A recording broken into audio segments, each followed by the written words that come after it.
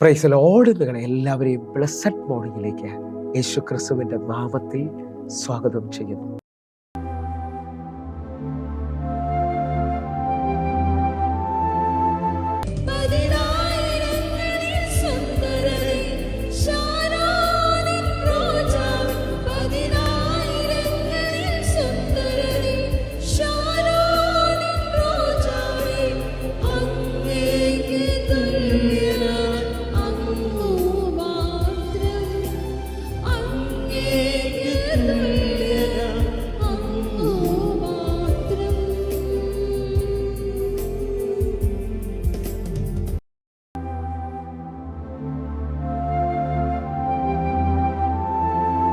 പ്രിയരെ, അനുഗ്രഹിക്കപ്പെട്ട ഒരു പ്രഭാതം കൂടി നമ്മുടെ ജീവിതത്തിൽ അനുവദിച്ചു തന്ന വലിയവനായ ദൈവത്തെ നമുക്ക് ഒരുമിച്ച് ചേർന്ന് നന്ദി പറയാം. എത്ര പേർ പറയും, ഞാൻ നിന്നതല്ല, എൻ്റെ ദൈവം നിർത്തിയതാണ്.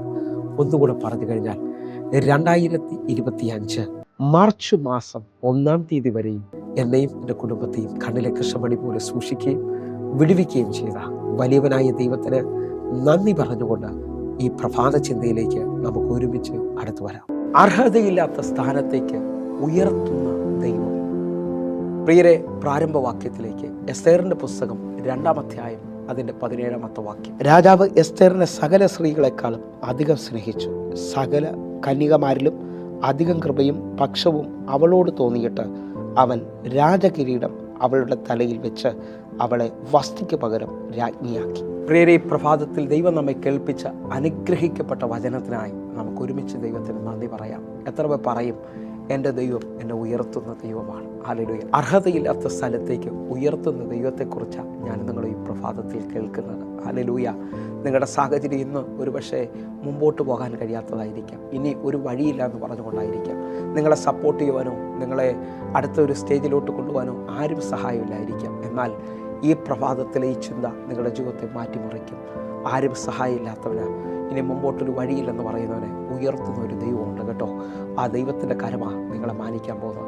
ആ ദൈവത്തിൻ്റെ ശക്തിയാണ് നിങ്ങളുടെ മേളിൽ വെളിപ്പെട്ട് വരാൻ പോകുന്നത്. എസ്തേറിനെ കുറിച്ച് ആഴമായി പഠിക്കാമെങ്കിൽ എസ്തേറിന് അപ്പനും അമ്മയും ഇല്ലായിരുന്നു. 2-ാം അധ്യായം അതിൻ്റെ 7-ാമത്തെ വാക്യം വ്യക്തമായി പറയുന്നു, മൊർദെഖായി അവളെ എടുത്തു വളർത്തിയതാണ്. ഹല്ലേലൂയ. അവളെ സപ്പോർട്ട് ചെയ്യുവാനോ അവളെ ഉയർത്തുവാനോ വേറെ ആരും ഇല്ലായിരുന്നു. പക്ഷേ ദൈവം ഒരാളെ ഉയർത്തുവാൻ തയ്യാറായാൽ, ദൈവത്തിൻ്റെ കരം ഒരാളെ മാനിക്കുവാൻ തയ്യാറായാൽ, അത് ബുദ്ധിക്കും ചിന്തയ്ക്കും അപ്പുറത്തായിരിക്കും ദൈവത്തിൻ്റെ മാന്യത ഒരുത്തൻ്റെ മേളിലേക്ക് വെളിപ്പെടുന്നത്. അപ്പനും അമ്മയില്ലാത്ത സാഹചര്യങ്ങളില്ലാത്ത ഒരു സ്ത്രീയെ എൻ്റെ ദൈവം ആ പട്ടണത്തിൻ്റെ രാജ്ഞിയാക്കി തീർക്കുകയാണ്. നിങ്ങൾ വിശ്വസിക്കാമെങ്കിൽ ഈ പ്രഭാതത്തിൽ ഉയർത്തുന്ന ദൈവത്തിനെ കാണുവാൻ തയ്യാറാകണം. അർഹതയില്ലാത്ത സ്ഥലത്തോട്ട് കൊണ്ടുപോകുന്ന ദൈവത്തെ കാണണം. ദാവീദിനെക്കുറിച്ച് പറഞ്ഞാലും ഇത് തന്നെയാണ്. ഹല്ലേലൂയ. മൂത്ത 7 സഹോദരന്മാരെയും അപ്പൻ മുൻനിരയിൽ നിർത്തുമ്പോൾ ഇളയ തന്നെ കാട്ടിലേക്ക് തൻ്റെ ആടുകളെ മേയ്ക്കുവാൻ തെളിവിട്ടെങ്കിലും എൻ്റെ ദൈവം ദാവീദിനെ കണ്ടു. ഹല്ലേലൂയ. ദാവീദിനെ ഇസ്രായേലിൻ്റെ രാജാവായി ദൈവം മാനിച്ചതായി കാണാൻ കഴിയും. അങ്ങനെ വിശ്വസിക്കാമെങ്കിൽ പഴയ നിയമത്തിൽ യോസഫ് എന്ന് പറയുന്ന ഒരു വ്യക്തിയെ നമുക്ക് കാണാൻ കഴിയും. തൻ്റെ സഹോദരന്മാർ തെള്ളി ഒറ്റപ്പെടുത്തി പൊട്ടക്കിണറിലേക്ക് വലിച്ചെറിഞ്ഞെങ്കിലും അവിടെ നിന്ന് പൊത്തീഫറിൻ്റെ വീട്ടിലേക്കും അടിമച്ചന്തയിലും കാരാഗ്രഹത്തിലേക്കും തെല്ലപ്പെട്ട ആ യോസെഫിനെ ദൈവം ഒറ്റ ദിവസം കൊണ്ട് കാരാഗ്രഹത്തിൽ നിന്ന് ആളെ അയച്ച് വിളിപ്പിച്ച് കൊട്ടാരത്തിലേക്ക് കൊണ്ടുപോകുന്നത് കാണാൻ കഴിയും. ആ കൊട്ടാരത്തിൽ ഉയർത്താവുന്നതിൽ ഏറ്റവും വലിയ വലിപ്പത്തിലേക്ക് ദൈവം കൊണ്ടുപോയി മന്ത്രി പദവി കൊടുത്തു. എന്നെ ശ്രദ്ധിക്കാമെങ്കിൽ യോസെഫിനെ ഉയർത്താവുന്ന അതേ ദൈവം ഈ പ്രഭാതത്തിൽ നിങ്ങളെയും മാനിക്കുവാൻ, നിങ്ങളെ ഉയർത്തുവാൻ ശക്തനാണ്. ഒന്നുകൂടി ഒരു പദത്തിലേക്ക് വരികയാണ്.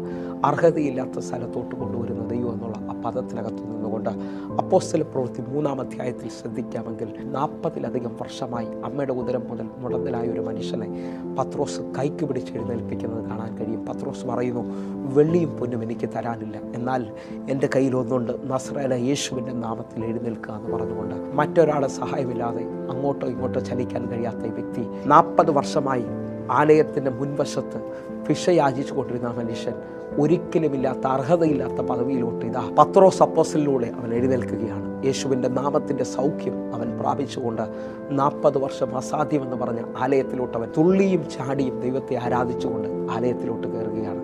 നിങ്ങളുടെ ജീവിതത്തിൽ ഇതുവരെയും അസാധ്യമെന്ന് പറഞ്ഞത് ഈ പ്രഭാത സന്ദേശം നടന്നുകൊണ്ടിരിക്കുമ്പോൾ നിങ്ങൾക്ക് സാധ്യമായി തീരാൻ പോവുകയാണ്. ഹല്ലേലൂയ. അപ്പോസ്തല പ്രവൃത്തി 3-ാം അധ്യായം അതിൻ്റെ 8-9 വാക്യങ്ങൾ നമുക്ക് ഒരുമിച്ചൊന്ന് വായിക്കാം. നടന്നും തുള്ളിയും ദൈവത്തെ പുകഴ്ത്തിയും കൊണ്ട് അവരുടെ കൂടെ ദേവാലയത്തിലേക്ക് കടന്നു. 9-ാമത്തെ വാക്യം. അവൻ നടക്കുന്നതും ദൈവത്തെ പുകഴ്ത്തുന്നതും ജനമൊക്കെയും കണ്ടു.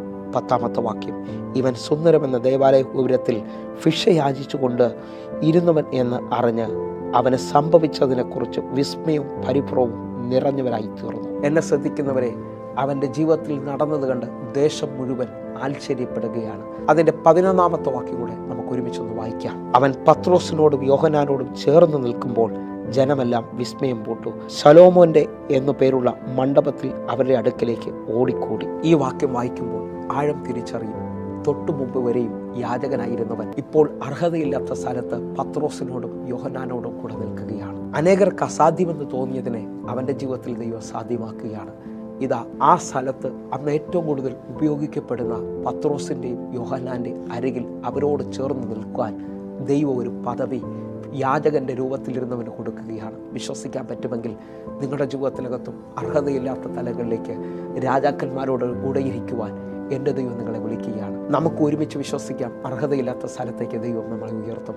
നമുക്ക് കണ്ണുകളടയ്ക്കാം, പ്രാർത്ഥിക്കാം. ഞങ്ങളെ സ്നേഹിക്കുന്ന ഞങ്ങളുടെ നല്ല ദൈവമേ, പൂർണ്ണ ഹൃദയത്തോടെ എന്നെ കാണുന്ന എന്നെ കേൾക്കുന്ന ഓരോ മക്കൾക്കുമായി പ്രാർത്ഥിക്കുന്നു. ഒരു വലിയ ദൈവപ്രവൃത്തി ഇവരുടെ ജീവിതത്തിൽ സംഭവിക്കണമേ. ദൈവം ഇവരെ ഉയർത്തണമേ. ദൈവം ഇവരെ മാനിക്കണമേ എന്ന് പ്രാർത്ഥിക്കുന്നു. കർത്താവേ, ഇന്ന് തന്നെ ചില വിടുതലുകൾ സംഭവിക്കണം. യേശുവിൻ നാമത്തിൽ പ്രാർത്ഥിക്കുന്നു. കേൾക്കണം പിതാവേ. ആമേൻ. പ്രിയരെ, ഈ പ്രഭാത സന്ദേശം നിങ്ങൾക്ക് അനുഗ്രഹമാകുന്നെങ്കിൽ നമ്മുടെ യൂട്യൂബ് ചാനൽ സബ്സ്ക്രൈബ് ചെയ്യുകയും ഫേസ്ബുക്കിലേക്ക് നിങ്ങൾ ജോയിൻ ചെയ്യുകയും ചെയ്യണമെന്ന് ഓർപ്പിക്കുന്നു. അതേപോലെ തന്നെ എല്ലാ ദിവസവും ഇന്ത്യൻ സമയം 6 മണിക്ക് നമുക്ക് സൂമിൽ ആരാധന നടക്കുന്നു. നിങ്ങളെയും ഞാൻ ക്ഷണിക്കുകയാണ്. നിങ്ങൾ കടന്നു വരണമെന്ന് ഓർപ്പിക്കുന്നു. എങ്കിൽ അടുത്ത ദിവസം കാണുമ്പോഴേയും സ്വർഗ്ഗത്തിലെ ദൈവങ്ങളെ കാക്കുമാറാകട്ടെ. God bless you. ആമേൻ. ആമേൻ.